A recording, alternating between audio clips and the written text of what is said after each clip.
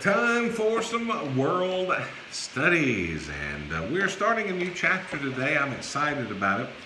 It is the Cold War. Now, we're right on target to finish on time and finish the book, which is huge. And it looks like if we keep up the pace we're at, we will be successful.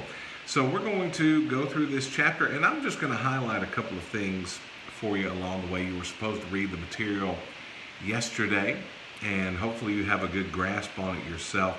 But want to just talk about the recovery after World War II. Now, what happened after World War II, the Soviet Union, we've talked about this, I believe, before, is they started digesting, so to speak, several countries.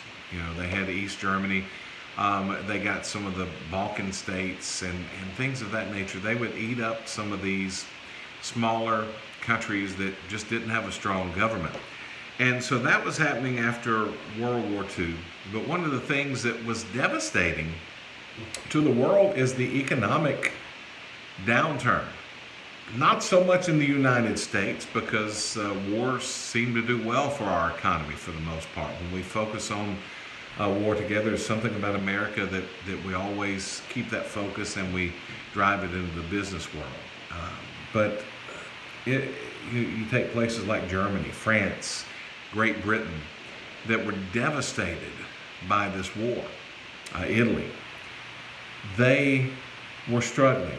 And we're going to look at some of the things that happened. First of all, Adenauer, Konrad Adenauer of West Germany, he pulled off what is known as the economic miracle. He was able to turn West Germany around and recover them very quickly. He rejected socialism. That's one of the keys to him being able to turn that nation around. They produced goods by 1955 than a larger Germany had produced prior to the war. So they're putting more output out than all of Germany was before the war, because you remember now it's West Germany and East Germany at this juncture. So another one that did well was Charles de Gaulle, big airport named after him, very famous person in French history. And it talks about he established the Fifth Republic. That was in 1958. They tried a Fourth Republic, and it was a weak government. Right after World War II, you've got to remember the First Republic was during the French Revolution, and the Second Republic was in 1848 when Napoleon Bonaparte came to power. And then in 1870, when France lost to the Prussians, they had the Third Republic. The Fourth Republic came after World War II. And finally, by 1958, they established the Fifth Republic. That is the republic they're still under today. So where America has one republic, France has had five at different junctures. The fourth one, a very socialist type, very weak republic. And because of Charles de Gaulle, they did well. The government provided the French with a constitution, strengthened the office of president. Now, they did have some socialist leanings we're going to talk about, but it was a lot better than it was. The British Empire, it fell apart. They lost India, they lost Burma, and by saying they lost them, they were part of their empire. And we've talked about imperialism before. So Great Britain is going to become just another country. It's not going to be the world power that it once was. India and Burma, they're going to gain their independence. And Britain, after the war, just lost a lot of its stature and a lot of its status. Now, is it still a great nation? Yes, but is it one of the major world powers? They're a big ally, but everybody doesn't listen to Britain like they listen to the United States. So that being said, Japan was one that really was devastated as well. In 1955, the Japanese voted the Liberal Democratic Party into power. Had a lot of scandals, had a lot of struggles, and so they ended up replacing it in 1993. One thing Japan was able to do, they started out by making some inferior, inexpensive products. And made in Japan at one point was a joke. If you bought something made in Japan, you might get a few weeks out of it, a few months out of it. It was a joke. But they worked on this, they refined this, they transformed the Japanese-made products into things of quality. When you think about a quality car, do you think about a Japanese car? Because they make a lot of quality ones. Television sets, all kinds of things that the Japanese make now that are first rate. That when we see made in Japan, we think, well, that'd be pretty good, as opposed to made in China. We think, the joke, COVID-19 is the only thing made in China that's lasted this long. Japan fared well, and their economy boomed because of their creativity and making products. All right. One of the things we want to talk about is the Marshall Plan. You'll see this on page 351. The Marshall Plan basically distributed funds for recovery, and it was named after a Secretary of State, George C. Marshall. He served from 47 to 51. My table, this is on my dining room table, and every time I move it, bounces it. Sorry about that. It's just like a little thrill ride, like an airplane simulator. Going in for a landing. Turbulence is bad. Anyway, I want you to think about this for just a moment. The United States, can you think of any other nation that has gone to war with someone, defeated that enemy, and then rebuilt their nation? I'm waiting. You got any? Anybody got their hands up? I don't see any hands up. Because you can't name nations that do that. Great Britain, when they fought the colonies, do you think they contributed to help rebuild what they destroyed? No. You don't see that in other nations. But the United States has always, when they destroy a nation, they try to make it better. Now, part of the reason for that is you want to build them into a nation that they're not going to want to go to war with you again. But we've even done that in the Middle East. We'll, destroy a nation over there or ravage it in war, and we'll go in and we'll rebuild it. We'll rebuild schools. We'll rebuild infrastructure. The president yesterday, or day before in his press conference, whenever it was, on Monday, was talking about, we're the only nation that, will rebuild roads in a country we've destroyed, and we won't fill a pothole in our own nation because we don't want to spend the money for it. Kind of funny. But we helped with a lot of post-war recovery throughout the world. And you're going to see a lot of growth. It talks about the common market. It was a European economic community founded in 1957 that ended up being 30 countries worth over the next 40 years. It basically removed trade barriers. We're going to see a lot of trade agreements during this time that are going to crop up and say, hey, let's trade with each other. There's a way for money to be made. There's a way for us to do it peacefully without having to attack. Let's do it that way.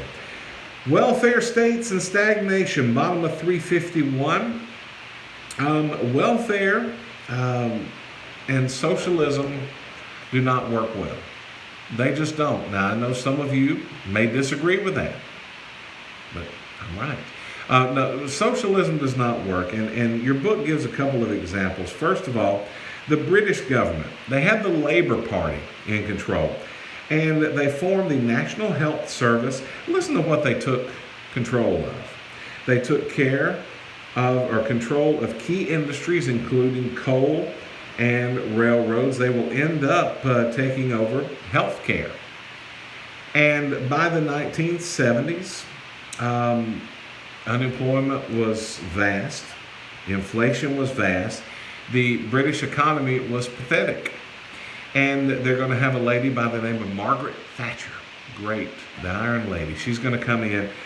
She's going to be part of the conservative movement in Britain about the same time that Ronald Reagan is going to be over here in the United States. They're going to be a great tandem couple together that are going to rid the world of a lot of socialism and try to make it better. Now, did Margaret Thatcher get rid of all the socialism in Britain? No. Did she fix the welfare state? Totally no. But she worked on making it better, and guess what? The results of it, Great Britain's economy started to boom. America's economy under Ronald Reagan, the largest peacetime growth period in United States history up until this current administration. Also, France, they had universal national health care, they had tax subsidized retirement plans, and they had a minimum wage nearly double what the United States minimum wage was. Now, I'll say this again too, that minimum wage, I mean, I understand the concept of it. I think it's fine to have a low minimum wage, but minimum wage is supposed to be for a startup job. Your goal in life, no offense to anyone that does it, please don't take offense, but your number one goal in life should not be to work at McDonald's or Burger King or Hardee's or whatever for the rest of your life. You'll want to move up in management. Now, I know two people, one of them manages a Popeye's chicken. They're a couple, married couple, have a cool son that used to be in a youth group. One of them manages Popeye's, the other one manages McDonald's. They do well. They make good money and they work hard. But your goal should not be to flip burgers for the rest of your life working minimum wage. Minimum wage is there to just help kind of standardize a wage. If you increase minimum wage today, as many liberals are wanting to do, to $15 an hour, you know what's going to happen? Either restaurants are going to close, or they're going to fire a lot of their people, or they're going to get automation to flip the burgers and take the fry things out. And trust me, it can be done with robots, robotic arms. You can have some kind of kiosk that you place your order in to do away with the front people and just use a credit card or put your money in and get change back. Or your Whopper is going to cost you $9.95 as opposed to $3 or whatever it is now. Minimum wage to that extent is devastating. France had that. As a result, their economy struggled some.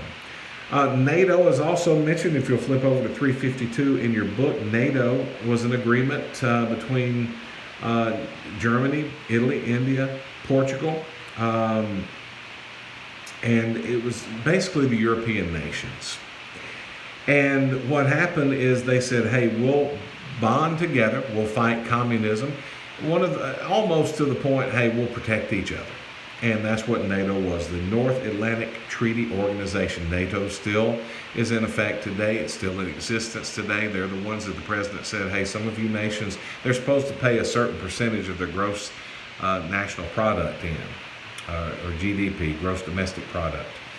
And some of them weren't paying it. And Donald Trump says, hey, why are we paying ours? You're not paying yours. Y'all need to pony up. So NATO is still in existence today.